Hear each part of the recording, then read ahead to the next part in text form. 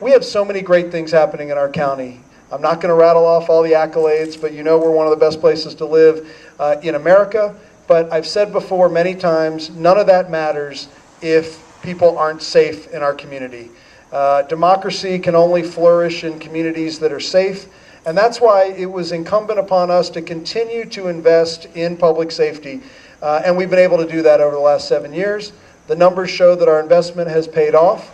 I am incredibly proud that we together have been able to add over 70 officers, create a dedicated domestic violence unit, rope units, captain squads, being able to focus on being more proactive. And I just want to thank the men and women in law enforcement who are here, whether you be in our police department, in our sheriff's department. Sheriff, thank you for your leadership.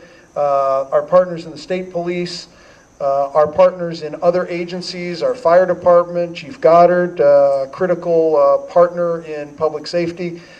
You are the men and women who get up every morning and devote your lives to keeping the rest of us safe. And I just want to, again, on the bottom of my heart, on behalf of all of the almost 300,000 citizens who call Howard County home, thank you for your service and your dedication. Since 2006, this is through 2012, overall crime, the number of criminal incidents in the county is down 10%.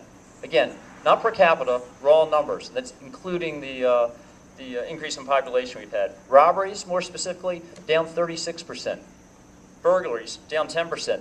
Motor vehicle thefts down 50%, half of what they were in 2006. You know, the other area we measure how we're doing is protecting our citizens is how we're doing on our roadways.